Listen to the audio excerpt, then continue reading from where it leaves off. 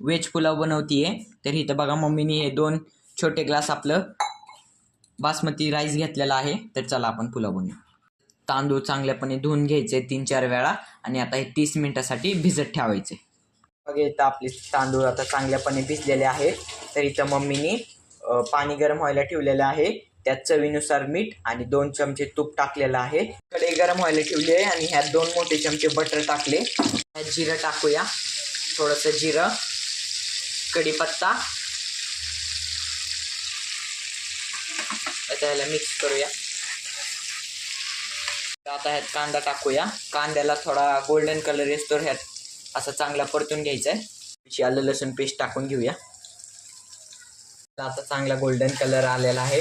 चला तर आता ह्यात भाज्या ॲड करूया. तर ह्यात टाकूया आपण सगळ्यात आधी फ्लॉवर, मग थोडीशी ढोबळी मिरची जी आपण मागाशी कापून घेतली होती, याचबरोबर वाटाणा आणि टोमॅटो पण आपण ह्यात मसाले ॲड करूया. लाल मिरची पावडर, हळद पावडर, जी मसाला ह्यानी चव चांगली येते म्हणून. तर आता ह्यात तांदूळ ॲड करूया. तर आपण तांदूळ चांगलं मिक्स केलेलं आहे. आता आपण ह्यात पाणी ॲड करूया.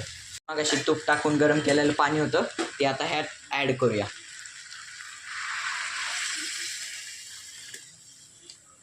आपण आता ह्यात चवीनुसार मीठ ॲड करूया आणि आता ह्याला थोडा वेळ शिजू देऊया.